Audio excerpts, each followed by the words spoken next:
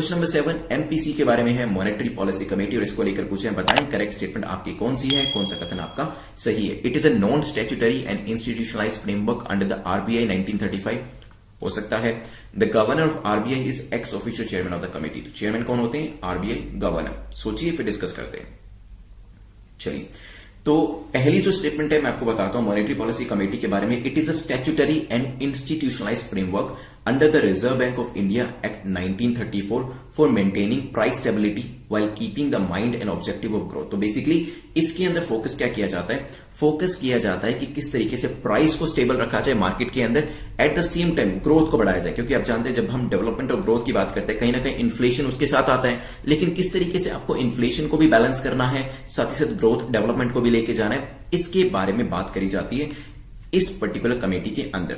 Governor of RBI जो है वो एक्स ऑफिशियल चेयरमैन होते हैं। तो yes, governor of RBI is the x official chairman of the committee. Second statement आपकी करेक्ट हो जाती है। पहली स्टेटमेंट जो है वो 1934 की वजह से इनकरेक्ट है, क्योंकि आरबीआई एक्ट 1934 में आया था, तो पहली स्टेटमेंट आपकी इनकरेक्ट हो जाती है। लेकिन मैं आपको फिर बता रहा हूं कि यूजुअली यूपीएससी के अंदर इस तरीके से साल वाले क्वेश्चन नहीं पूछे जाते हैं, लेकिन yes, there are certain years आपको जो याद होने चाहिए, चाहे वो हमारे इस पर्टिकुलर केस के अंदर आरबीआई एक्ट के बारे में हो, या फिर हमारे 2022, 2025, 2030 को लेकर काफी सारे मिशंस जो हैं वो बनाए गए हैं कि पोलियो को कब एलिमिनेट करना है, सस्टेनेबल डेवलपमेंट गोल को कब हमने अचीव करना है, फार्मर्स की इनकम कब डबल करनी है। ये कुछ बेसिक चीजें ऐसी हैं जिसके बारे में आपको ईयर का भी पता होना जरूरी है।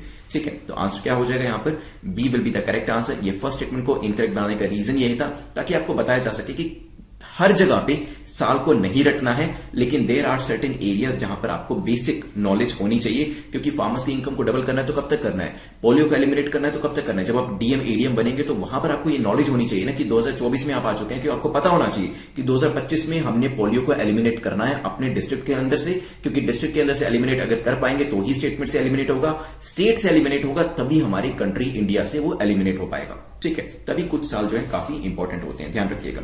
एमपीसी के बारे में बताएं। MPC monetary policy committee determine करती है पॉलिसी इंटरेस्ट रेट, जैसे कि रेपो रेट क्या है, इन्फ्लेशन टारगेट क्या है, ये सब चीजों के बारे में ये बात करी जाती है। Reserve bank of India in its currency and finance report for the year 2021 उन्होंने कहा है कि करंट इन्फ्लेशन टारगेट जो है वो 4+- 2% रखा गया फॉर द नेक्स्ट 5 ईयर्स। ये रिसेंटली न्यूज थी, इस वजह से एमपीसी के ऊपर क्वेश्चन बनाया गया था। चलते हैं